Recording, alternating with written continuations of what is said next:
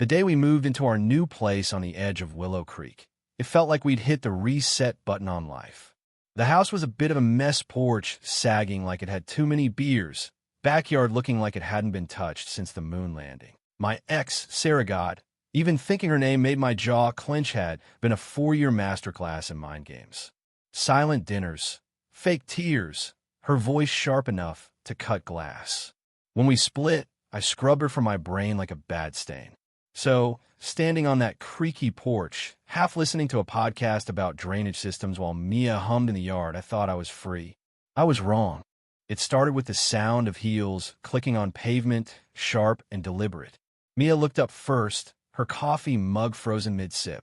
A woman in a crisp red blouse, dark sunglasses, and a smile colder than a winter ditch marched toward us like she owned the whole damn neighborhood. I didn't recognize her at first, not because I'd forgotten, but because I'd burned that memory to ash. She stopped at the porch steps, didn't knock, didn't wave. Mia, ever polite, said, "Hi, can I help you?" The woman tilted her head, lips curling into something venomous.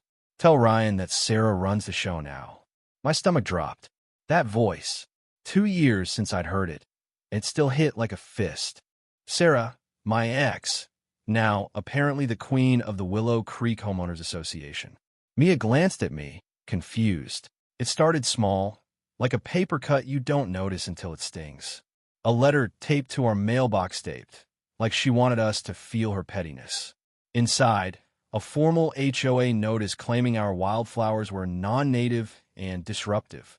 3 days to rip them out or face fines. Mia was LVYD. These are pollinator-friendly. Half this street has fake grass, but we're the problem. I crumpled the letter, called it a mistake. Then another came. Our porch chairs were weathered. Then a doula, $750 fine for not removing them. A week later, a doula $4,000 bill for swapping our rotting mailbox with a new one. For grand. For mailbox. Mia's hands shook as she read it.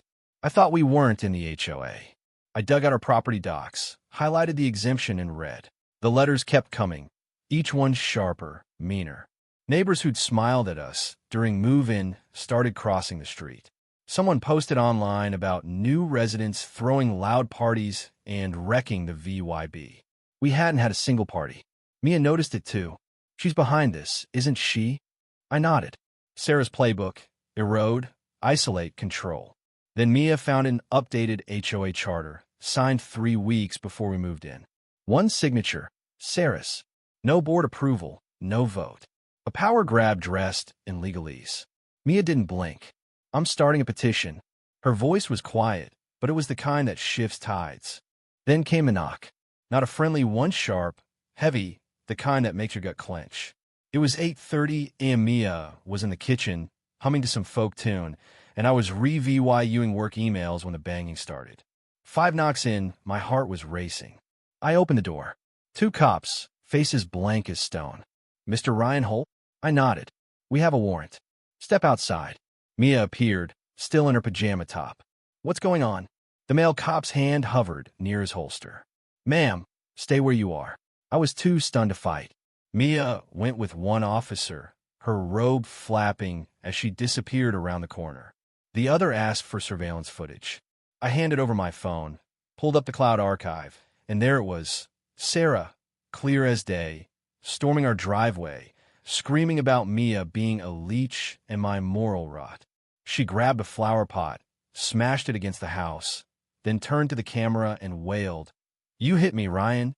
You broke my arm," before flipping it off with both hands very unbroken in, strutting away. The cop watched, sighed. Then it got uglier.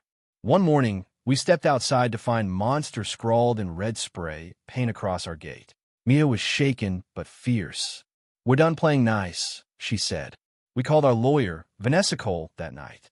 She listened, unflinching as we laid it out. Harassment, false reports, assault. "She's gone too far," Vanessa said. "We'll bury her in court." Mia added, "In the HOA. If she faked those rules, we could take it down too." I looked at Mia, her face alive with defiance, and knew this wasn't just about us anymore. It was about fighting back. Mia's petition spread like wildfire. She hit every mailbox, every coffee shop, even the dog park. Neighbors started whispering, then talking. A former HOA treasurer, Ellen, slipped us a flash drive of internal files. "I stayed quiet too long," she muttered. The emails were damning Sarah, calling Mia the weed, planning to pressure Ryan to leave, with fake violations and smear campaigns. But nothing prepared us for what came next. Just past midnight, a sharp pop woke me. Then a flicker orange. Wrong. I bolted to the porch and saw it. Our bench, the one I'd built for Mia, where I proposed under lantern light. It was engulfed in flames, licking the pine above it. I grabbed the hose, yelling, half blind from smoke. Mia dragged out the extinguisher, and we fought the fire together, choking, cursing. When the last flame died, the bench was half ash. Under it, soaked but readable, was an HOA notice, unauthorized structure. Remove immediately. Our cameras caught it all. Sarah sneaking in at 11:52 p.m., pouring something, lighting it, watching it burn. She walked away calm, like she hadn't just committed arson. We handed the footage to Vanessa and the police. The detective didn't blink. "She's spiraling, and she just gave you a slam dunk case." By evening, a warrant was out. The trial was a pressure cooker. The courthouse felt ancient, all dark wood and stained glass. The kind of place where truth either shines or suffocates. Sarah showed up with a legal team straight out of a TV drama, suits, tablets, a woman with a skirt that could slice steel. She never looked at me, not once. Vanessa, our lawyer, was a forscom, lethal, her EVY denke stack thicker than a dictionary. The judge, Clara Vance, didn't mess around. She wanted facts, not feelings. We had plenty. The prosecution laid it out, a campaign of terror, from fake violations to forged HOA rules, coerced witnesses, a false police report, assault, and arson. Every claim backed by timestamps, emails, footage. When Vanessa played the video of Sarah lighting the bench, the jury stirred. One woman gasped. Sarah didn't flinch, she looked proud. Then a witness, an older man named Harold, took the stand. Voice shaking, he admitted Sarah promised him HOA perks to lie about me, threatening her. "I've seen dangerous," he said. Ryan's nodded. Sarah's defense crumbled. They tried painting me as aggressive, Mia as a schemer, but every lie fell apart under Vanessa's cross-examination. When Sarah testified, her voice was smooth, her lies polished. "I wanted to protect the community," she said, blinking slowly. Vanessa didn't let it slide. "You escalated this." "What?" Sarah's mask slipped. "He was supposed to be mine." The room froze. Even her lawyers flinched. She just torched her own defense. After 3 weeks of testimony, the verdict came. Guilty, false reports, trespass, fraud, assault, arson.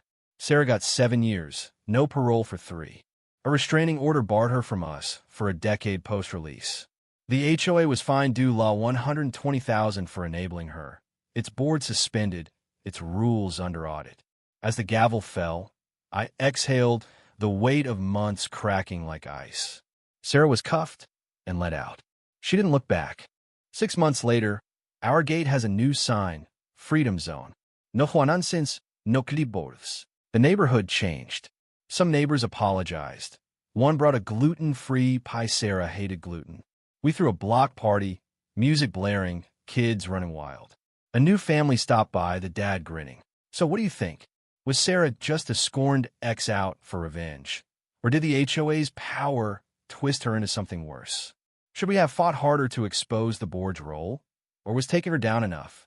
And that bench, would you have rebuilt it? Or turned it into a symbol like we did?" Drop your thoughts below. Hit that like button if you felt the fire. And subscribe for more stories that'll make you question everything.